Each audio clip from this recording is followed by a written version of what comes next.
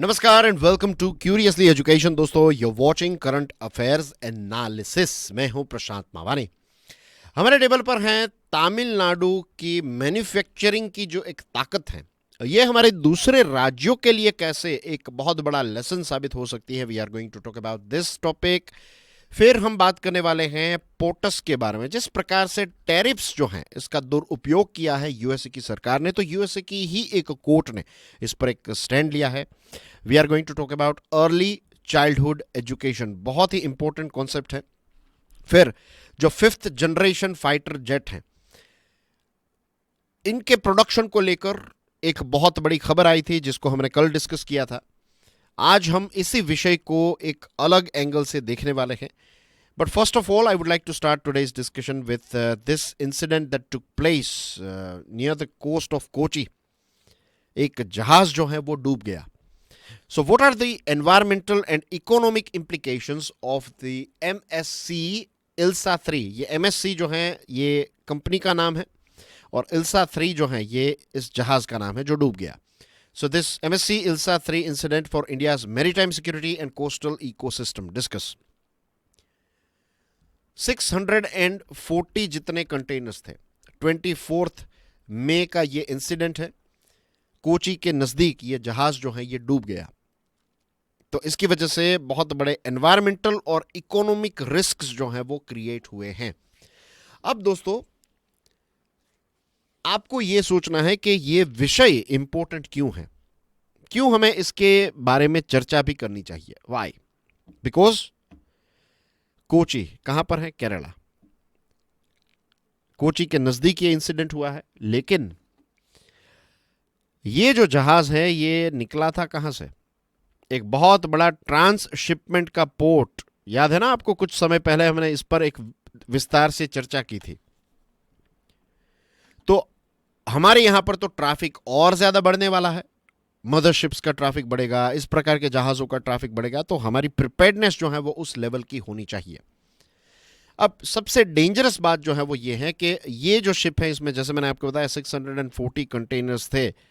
इसमें 12 कंटेनर्स ऐसे थे जिनमें कैल्शियम कार्बाइड था।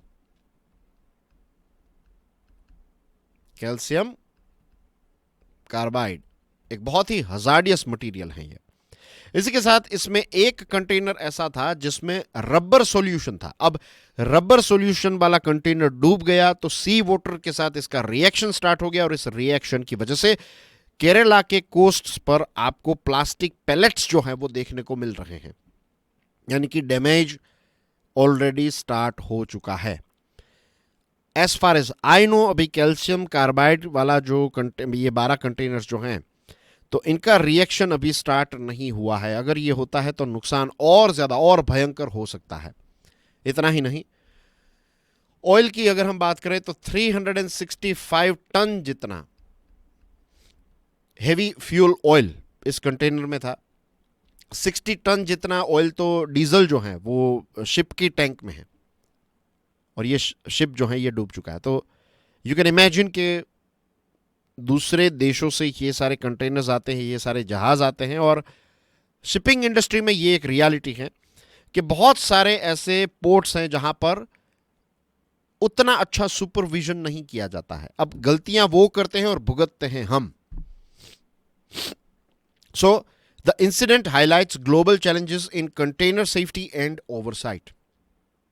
बहुत सारी ऐसी जगह हैं जहां पर चीजों को लाइटली लिया जाता है। And it's not just that, ये MSC जो हैं ये स्विट्जरलैंड बेस्ड एक कंपनी है जो बहुत सारे जहाज़ों को ऑपरेट करती है। पूरी दुनिया में इनके जहाज़ जो हैं वो अलग अलग जगहों पर आपको देखने को मिलते हैं। अब जहाज़ों में ऐसा भी होता है, आपने शायद सुना होगा कि it was carrying a flag of this country that country. तो इट्स बेसिकली मीन्स कि ये जहाज़ जो है वो किसी दूसरे देश में रजिस्टर्ड रहता है। ये इसलिए किया जाता है क्योंकि डेवलप्ड देशों में तो रूल्स एंड रेगुलेशंस काफ़ी ज़्यादा स्ट्रिक्ट हैं। तो ये बड़ी बड़ी कंपनीज क्या करती हैं, जहाज़ों को खरीद लेती हैं, फिर ये दूसरे देश में इनका रजिस्ट्रेशन करवाती हैं। लिबेरिया जैसा देश जो है, that is very infamous for rules and regulations, तो वहां पर ये MSC इल्सा 3 जो है वो रजिस्टर्ड था। कंपनी स्विट्जरलैंड की है, रजिस्ट्रेशन अफ्रीकन देशों में करवा रहे हैं। क्यों? रूल्स एंड रेगुलेशंस को बाईपास करने के लिए। फिर बहुत सारे ऐसे पोर्ट्स हैं जहां पर इस प्रकार की सुपरविजन, लैक ऑफ सुपरविजन रहता है। तो यहाँ पर कौन सा सामान आपने चढ़ा दिया, देखिए ड्रग्स व्रग्स ये सारी चीज़ों की बात मैं नहीं कर रहा हूँ, लेकिन इस प्रकार के केमिकल्स जो हैं उनको आप एक जगह से दूसरी जगह भेजना चाहते हैं तो बहुत सारी चीज़ों को आपको फॉलो करना पड़ता है। लेकिन ऐसे पोर्ट्स पर अगर आप सामान पहुँचा देंगे तो फिर वहाँ पर उतना कोई खास आपको चेकअप नहीं होगा, तो चलता है। इस प्रकार का एटीट्यूड आपको देखने को मिलता है। हमारा रिस्पॉन्स जो है it has to be proactive. इस प्रकार के मेरीटाइम डिजास्टर्स को लेकर हमारा जो रिस्पॉन्स है, हमारी जो फ्यूचर की प्रिपेयर्डनेस है, उसको और ज़्यादा हमें इंप्रूव करना है। जैसे मैंने आपको बताया कि विजिंगजाम पोर्ट की मैं बात कर रहा हूँ, विजिंगजाम ट्रांसशिपमेंट पोर्ट पर और ज़्यादा मदरशिप्स आने वाली हैं, बहुत सारा ट्रैफिक बढ़ेगा, तो हमारी प्रिपेयर्डनेस जो है वो उस लेवल की ही होनी चाहिए। जब भी इस प्रकार के इंसिडेंट्स होते हैं, ऑयल स्पिल हो गया, कोई ऐसा जहाज डूब गया, तो भारत के जुरिस्डिक्शन में ये चीज़ हुई है, तो हमारा जो कोस्ट गार्ड है, ये एक नोडल एजेंसी है, ये सारी चीज़ों को इन्वेस्टिगेट करेगी। और ऑफ कोर्स हमारी जो शिप ट्रैफिक को बूस्ट करने या फिर ट्रांसशिपमेंट की एक्टिविटीज़ की वजह से India must prepare for increased maritime traffic and its associated risks. I hope things are clear. Now let's move on to a very very interesting topic. Education के साथ जुड़ा हुआ विषय है ये. How does the lottery of birth impact India's employment problem, and what role can early childhood education play in addressing it? Discuss. The lottery of birth. ये एक ऐसा कॉन्सेप्ट है जो प्रोफेसर जेम्स हैकमैन ने दिया है।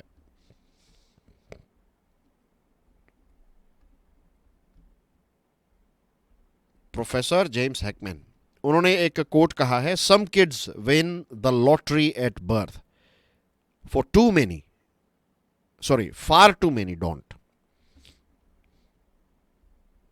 Some kids win lottery at birth, far too many don't. हमारे देश की ही बात करें तो हमारे देश में 5 में से 1 बच्चा ऐसा रहता है जिसका जन्म जब होता है, अब उसके हाथ में नहीं है, लॉटरी लगी तो लगी वरना नहीं लगी, तो 5 में से 1 बच्चा तो ऐसा होता ही है जिसको लॉटरी नहीं लगती है। तो फिर गरीबी की वजह से हेल्थ की फैसिलिटीज़ नहीं मिलती हैं, न्यूट्रिशन नहीं मिलता है, अर्निंग का पोटेंशियल, एजुकेशन, स्किल्स, ये सारी चीज़ें नहीं मिलती हैं। तो हमेशा पूरी जिंदगी उसको एक स्ट्रगल जो है वो करना ही पड़ता है। सो हर एक को ये लॉटरी नहीं मिलती है, जिनको मिलती है बहुत केसेस में हम देखते भी हैं उनको इसकी इतनी कोई खास कदर भी नहीं होती, इसका रिस्पेक्ट भी नहीं रहता है। तो इसका सॉल्यूशन ये है, we need to invest in early childhood education. This is the most important thing. ECE, Uttar Pradesh, Odisha जैसे राज्यों ने ECE पर बहुत सारा इन्वेस्टमेंट करना स्टार्ट कर दिया है। हैकमैन कर्व जो है वो ये भी कहता है कि अगर आप एक छोटे बच्चे पर, उसके एजुकेशन पर $1 खर्च करते हैं तो आपको रिटर्न कितना मिलेगा पता है? 7 से लेकर $12 तक का रिटर्न जो है वो मिलता है। तो ये इन्वेस्टमेंट ऐसा इन्वेस्टमेंट है जो 7 गुना 12 गुना होकर आपको वापस मिलेगा। और ख़ास करके 5 साल की एज जो है, this is very very important. 5 साल तक की एज के अंदर आपको, इट्स नॉट लाइक वो ABCD 1 2 3 4 कैलकुलेशंस और ये सारी चीज़ें आनी चाहिए, लेकिन एक लर्निंग की जो इकोसिस्टम है, एक बच्चे का जो दिमाग है, उसकी जो परवरिश है, उसमें हेल्थ आ गई, स्किल्स डेवलपमेंट के लिए एक जो हमें बेस तैयार करना है, ये एक बहुत ही क्रिटिकल एज बन जाती है। इसके बाद आपको लिटरली ये लर्निंग के आउटकम्स जो हैं, क्या पॉजिटिव है नेगेटिव है, वो धीरे धीरे देखने को मिल जाते हैं। और जिन बच्चों के अंदर, हैकमैन कर्व ये भी कहता है कि जो अर्ली चाइल्डहुड एजुकेशन जिनको मिलता है, तो इनकम की बात करें तो चांसेस आर लाइक 4 टाइम्स ज़्यादा इनकम की क्षमता उनकी बढ़ जाती है जब वो एडल्ट बनते हैं। जिनको प्रॉपर अर्ली चाइल्डहुड एजुकेशन मिलता है, वे बच्चों के वो जब एडल्ट बनते हैं तो 3 गुना चांसेस ज़्यादा है कि they will have their own home, वो खुद का एक घर जो है वो खरीद पाएंगे, इतनी क्षमता है। So we need to invest more in this thing. हमारे यहाँ पर प्रॉब्लम भी ये है कि फॉर एग्जाम्पल आंगनवाड़ी वर्कर्स जो हैं, they spend on an average somewhere around 38 minutes for ECE. Actually 2 घंटा मिनिमम 2 आवर्स जो हैं वो इसमें इन्वेस्ट होने चाहिए. फिर हमारे यहाँ पर यह भी प्रॉब्लम है कि रिसोर्सेस की कमी है. So this are the challenges that we are going through when it comes to ECE. हमारे देश की जब हम बात करें, ग्रास रूट लेवल की बात करें, रिसोर्सेस एक तरफ अगर देखा जाए तो हैं भी हमारे पास, लेकिन रिसोर्सेस जो हैं वो राइट जगह पर यूज नहीं हो रहे हैं. For example, early childhood education में we are spending 1263 rupees per child. ये अर्ली चाइल्डहुड एजुकेशन की बात है. लेकिन फिर स्कूल एजुकेशन जो है, we are spending somewhere around 37,000 rupees per child. तो बहुत ज्यादा पैसे यहां पर स्कूल एजुकेशन में स्पेंड करने पड़ते हैं. उसके पीछे रीजन है because we are spending less on this ECE. We need to have a fine balance. 282 अगर आप देखेंगे आंगनवाड़ीज हैं, तो ये 282 आंगनवाड़ीज को लेकर एक सुपरवाइजर है. वो कितना काम कर पाएगा? We need more supervisors of course. अभी उत्तर प्रदेश सरकार ने एक बहुत बड़ा डिसीजन लिया है, राइट. 11,000 जितने एजुकेटर्स को रिक्रूट किया है for early childhood education. Odisha ने भी कुछ इस प्रकार का प्रोग्राम जो है वो स्टार्ट कर दिया है. इसके साथ parental engagement plays a very very important role. Parents जो है वो सारी चीज़ें भले ही, मीन्स इट्स नॉट लाइक ये पेरेंट्स उनको बैठकर ABCD और ये सारी चीज़ें सिखाए, लेकिन एटलीस्ट वो एक लर्निंग का एनवायरनमेंट घर में क्रिएट करें. This can play a very very important role. So this are the things that we need to do. Early childhood education में हम जितना इन्वेस्टमेंट करेंगे उतना, मीन्स बेस ही इतना स्ट्रांग हो जाएगा कि आगे चलकर ये बच्चे जो हैं, भारत का जो भविष्य हम कहते हैं, right, they will play a very very important role. Means overall development के लिए we need this early childhood education. Moving on to next topic, this one is about critically analyze the impact of President Trump's tariff policies on global trade and US domestic, what was that? US domestic economy, yes. Declassified files and recent developments reveal unconventional strategies in international relations. कई बार क्या होता है कि कुछ files जब declassify होती हैं तब पता चलता है कि अच्छा इस प्रकार की चीज़ें चल रही थी.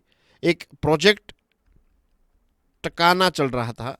प्रोजेक्ट टकाना कोल्ड वॉर के समय की बात है. CIA ने कुछ कबूतरों को, पिजियंस को ट्रेन किया था कि वो USSR में जाकर फोटोज खींचे. यस, सीरियसली, आप प्रोजेक्ट टकाना सर्च कीजिएगा, you will find so many interesting details about this project Takana. अभी मेक्सिको को लेकर जो टैरिफ्स और ये सारी चीज़ें लगाई, तो एक टैको शब्द का इस्तेमाल किया जाता था. टाको, टैको आपने सुना होगा, राइट. वहाँ की एक फूड आइटम है, मेक्सिको फूड आइटम. तो ये टाको शब्द का इस्तेमाल हुआ. टाको का फुल फॉर्म ये मीन्स सीक्रेट, मीन्स ऐसा ही इसको बोला जाता था टाको, कि ट्रम्प ऑलवेज चिकन्स आउट. मतलब कि ट्रम्प जो है वो पहले बहुत ही एग्रेसिव स्टैंड लेंगे और उसके बाद फिर यू टर्न ले लेंगे. और ऐसी चीज़ हमें देखने को भी मिली. 145% टैरिफ लगाया था चाइना पर, फिर कम करके 30% कर दिया. मैंने आपको कहा था ना कि ये जो चीज़ें वो कर रहे हैं, इट्स लाइक जो नए DYSP या फिर SP आते हैं, नए कलेक्टर आते हैं और स्टार्टिंग के टाइम पर एक प्रेशर क्रिएट करते हैं. उसके बाद हर कोई जो है वो डर जाता है, फिर वो अपने हिसाब से चीज़ें करते हैं. कुछ जगहों पर पहले हम ऐसा बहुत देखते थे, अब वो ऐसी चीज़ें अब नहीं रही है, लेकिन पहले ऐसा बहुत होता था. तो यहां पर भी यही है कि उन्होंने इंटरनेशनल रिलेशंस में कुछ अनकन्वेंशनल स्ट्रेटजीज का इस्तेमाल किया है. अब ट्रंप एडमिनिस्ट्रेशन जो है वो ये कहता है कि tariff plays a very very important role in diplomatic negotiations. और यहां तक उनके जो कॉमर्स सेक्रेटरी हैं, यानी कि वहां के कॉमर्स मिनिस्टर जो हैं, ल्यूटनिक साहब, उन्होंने तो इतने चौके छक्के मारे हैं, क्या क्या बड़ी बड़ी बातें की हैं. उन्होंने ये कहा, और उन्होंने ये कहा है कि 10 मई को जो भारत और पाकिस्तान के बीच में सीज फायर हुआ उसमें भी ये टैरिफ और ये सारी चीज़ों ने बहुत ही इंपॉर्टेंट रोल प्ले किया है। ट्रंप साहब ने ये कहा था, एज पर ल्यूटनिक, ट्रंप साहब ने ये कहा था पाकिस्तान और इंडिया को कि मैं आप दोनों के साथ बहुत बिजनेस करूंगा, आप झगड़ा छोड़ दो, और फिर दोनों देश मान गए। ऐसा ल्यूटनिक साहब ने, कॉमर्स सेक्रेटरी ने यह बात कोर्ट में बताई है। अब देखिए कितनी झूठी बातें एडमिनिस्ट्रेशन कर रहा है। भारत सरकार ने, हमारे फॉरेन मिनिस्टर एस जयशंकर साहब ने क्लियरली ये बात बताई है कि भारत मिलिट्री एक्शन भारत ने इसलिए बंद की क्योंकि पाकिस्तान के डीजीएमओ ने हमें कहा कि भाई अब हम ये नहीं करना चाहते, आप प्लीज़ बंद कर दीजिए। उसके बाद हमने बंद की है चीज़ें। यूएसए का किसी भी प्रकार का कोई रोल इस सीज फायर में नहीं है। क्योंकि अब आपके मन में प्रश्न आ रहा होगा कि तो वहाँ के कॉमर्स सेक्रेटरी झूठ बोल रहे हैं और हमारे एस जयशंकर साहब ही सच बोल रहे हैं, ये तो बायस चीज़ हो गई, ये तो हमारे देश की बात है इसलिए हम ऐसी बात कर रहे हैं। नहीं, आप देखिएगा 11 मई को ट्रंप साहब ने एक ट्वीट किया था, ट्वीट या फिर X, whatever you can call it, right, I would call it tweet, वैसे I don't use it anyway, but ये जो ट्वीट है उसमें उन्होंने कहा था कि we are not even discussing या फिर नॉट इवन डिस्कस्ड, ये चीज़ों का सीज फायर के साथ जुड़ी हुई बात उन्होंने 11 मई को ट्वीट करके दुनिया को बताया। और कॉमर्स सेक्रेटरी ये कहते हैं कि 10 मई को सीज फायर को लेकर ट्रंप साहब ने इन दोनों नेताओं से बात की थी, दोनों देशों से बात की थी। जस्ट इमेजिन, दिस इंडिकेट्स के ये सारी झूठी बातें जो हैं वो पिरोसी जा रही हैं। US court of international trade falls Trump's use of emergency powers to impose tariffs. Court ने कहा है कि भाई आप टैरिफ्स का दुरुपयोग कर रहे हैं। टैरिफ जो है इट इज नॉट इलीगल, लेकिन जिस प्रकार से आप टैरिफ का इस्तेमाल कर रहे हैं ये बराबर नहीं है, आपका लॉजिक जो है ये बराबर नहीं है। पहले आप ये कह रहे थे कि टैरिफ जो है this is for making America great again, और ज़्यादा मैन्युफैक्चरिंग को यहाँ पर लाने के लिए हम इसका इस्तेमाल कर रहे हैं। और उसके बाद आप ये कर रहे हैं कि भाई निगोसिएशंस के लिए हमें ये चाहिए, हमारे पावर को मेंटेन करने के लिए हमें ये चाहिए। वहाँ के फॉरेन सेक्रेटरी जो हैं रूबियो, फॉरेन सेक्रेटरी मीन्स के वहाँ के मिनिस्टर, वहाँ पर सेक्रेटरी ऑफ द स्टेट कहा जाता है। तो रूबियो साहब जो हैं उन्होंने कोर्ट को ये कहा कि अगर आप ट्रंप साहब के खिलाफ कोई ऐसा स्टैंड लेंगे तो ये यूएसए की पूरी दुनिया में बेइज्जती होगी, तो आप ऐसा कर ही क्यों रहे हैं। So Trump's tariffs serve multiple purposes but lack a coherent rational. Trade को बैलेंस करने के लिए, इमिग्रेशन के इश्यू को, ड्रग्स को कंट्रोल करने के लिए, ये सारी चीज़ें बताई। फिर बाद में वो कहते हैं कि भाई हम तो डिप्लोमेसी में अपना पावर एक्सरसाइज करने के लिए इसका, तो बेसिकली जो वो एक स्विस नाइफ रहती है ना, Swiss knife, Swiss army knife,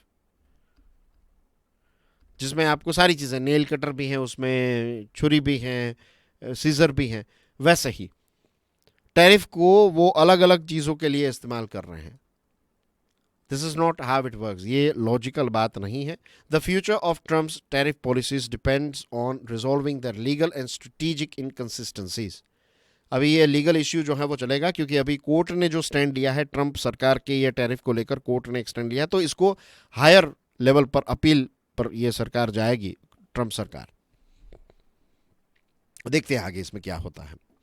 moving on to next topic, this is a very interesting topic about Tamil Nadu. How does Tamil Nadu success in manufacturing contribute to India's broader goal of becoming a manufacturing ware power house? Discuss. Tamil Nadu stands out for sure when it comes to manufacturing. उनकी जो gross state domestic product है from manufacturing is 25%।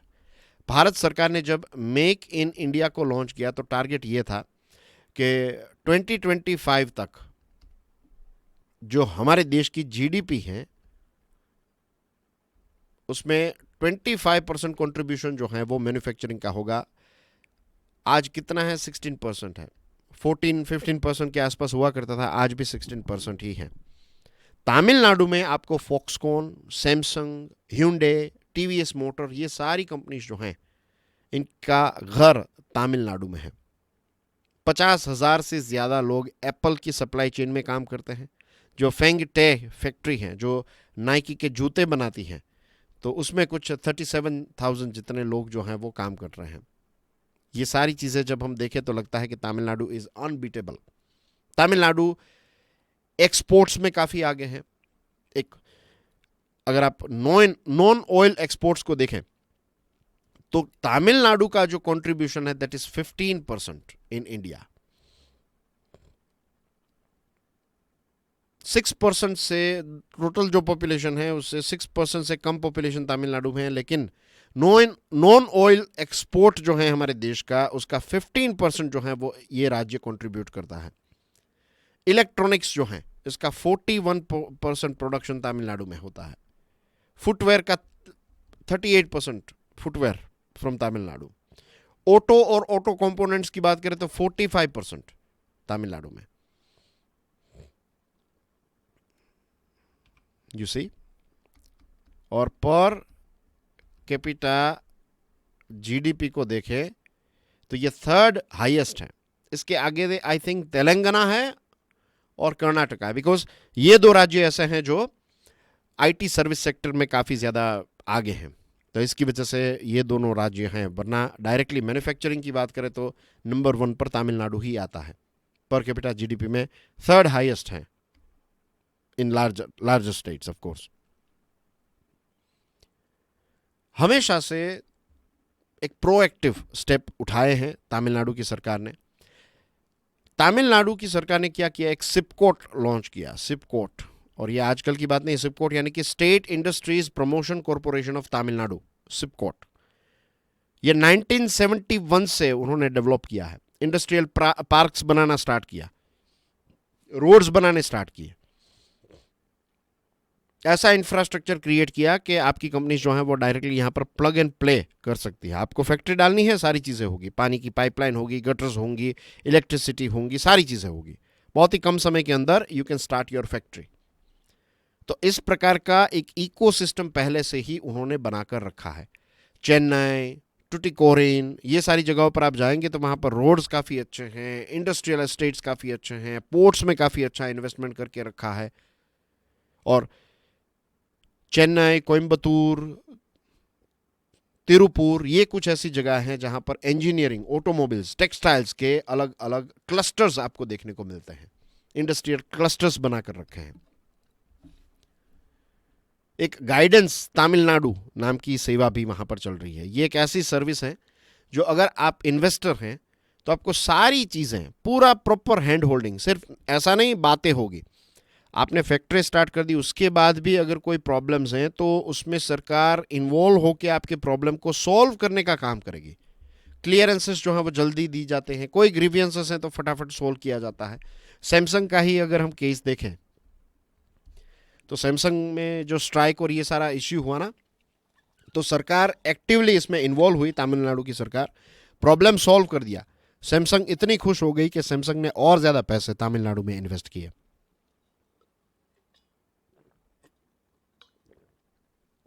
ऐसा इसलिए होता है जब सरकार में बैठे लोग जो होते हैं उनको पता है कि if you want to win the trust of ये जो बिजनेस करने वाले लोग हैं या फिर जायंट्स हैं, तो उनका ट्रस्ट तभी आएगा जब सिर्फ बातों से नहीं होगा। They are very smart, you have to deliver. और जब ये डिलीवर आप करते हैं तो बड़ी बड़ी कंपनीज जो हैं वो आपको छोड़कर कहीं पर नहीं जाती है। फिर आपके लोगों के पास अच्छी जॉब्स होगी, अच्छी जॉब होगी तो फिर जेन्युइन डेवलपमेंट आएगा, जेन्युइन डेवलपमेंट आएगा तो फिर राज्य आगे बढ़ेगा, आपकी सरकार आगे बढ़ेगी। सारी चीज़ें जो हैं it's all about give and take. So bureaucracy भी ऐसी ही है क्योंकि लीडरशिप ऐसी है, तो ब्यूरोक्रेट्स जो हैं वहाँ पर फैसिलिटेटर के तौर पर काम करते हैं। They don't act as gate keepers. Witch hunting और ऐसी चीज़ें भी नहीं है, क्योंकि सरकार अगर बदल गई, आज डीएमके की सरकार है, कल एआईएमडीएमके की सरकार आएगी, तो पॉलिसी कंटिन्यूएशन में रहेगी। ऐसा नहीं होगा कि भाई तू उस सीएम के साथ बहुत काम करता था ना, अब देख तुझे वहाँ पर, ऐसा नहीं चलता है वहाँ पर। ऐसा विच हंटिंग नहीं है। ब्यूरोक्रेट्स को प्रॉपर सपोर्ट दिया जाता है और ब्यूरोक्रेट्स भी अपना काम जो है वो अच्छी तरीके से करते हैं। सेंट्रल गवर्नमेंट ने कुछ समय पहले जो ये इलेक्ट्रॉनिक्स इंसेंटिव स्कीम निकाली, तो इसके एक हफ्ते के अंदर तमिलनाडु सरकार ने अपनी एक स्कीम निकाली। मीन्स सेंट्रल गवर्नमेंट की जो गाइडलाइंस थी उसको लेकर तमिलनाडु के पास तैयार। जस्ट इमेजिन कि एक वीक के अंदर सारी तैयारी करके उन्होंने सारा होमवर्क कर लिया, स्टडी वर्क कर लिया और $100 बिलियन का एक्सपोर्ट का टारगेट भी रख दिया। तो ये चीजें हैं तमिलनाडु के अंदर। तमिलनाडु में चैलेंजेस पे जैसे एक तो माइग्रेंट लेबर जो हैं तो उनको थोड़ा प्रॉब्लम रहता है, लैंग्वेज का एक बैरियर है। एक चीज अच्छी है तमिलनाडु में, लेकिन ये बैरियर के तौर पर इसको देखा जाता है। I don't see it as a barrier. Environmental clearance आपको उतना इजीली नहीं मिलेगा, it's very tough, it is very good, लेकिन आई होप कि इसमें करप्शन और ऐसी चीजें ना हो। So the lessons that other states can learn from Tamil Nadu is कि आप इंफ्रास्ट्रक्चर डेवलप कीजिए, इन्वेस्टर को थरो सपोर्ट दीजिए, फंक्शनल ब्यूरोक्रेसी होनी चाहिए।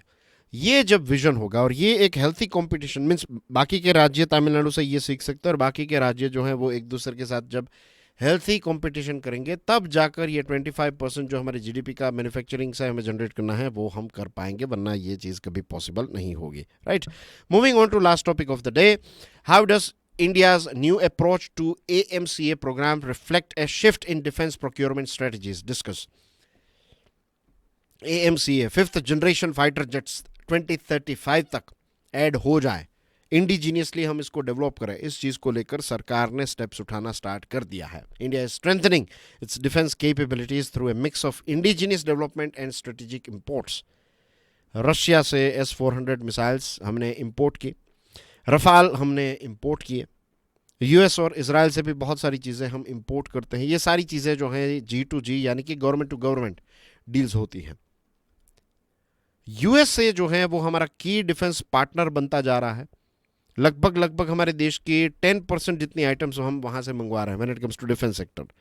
C-17 Globemaster, P-8 Poseidon, Apache helicopters and there are so many other things, right, other दूसरे ऐसे platforms भी हैं।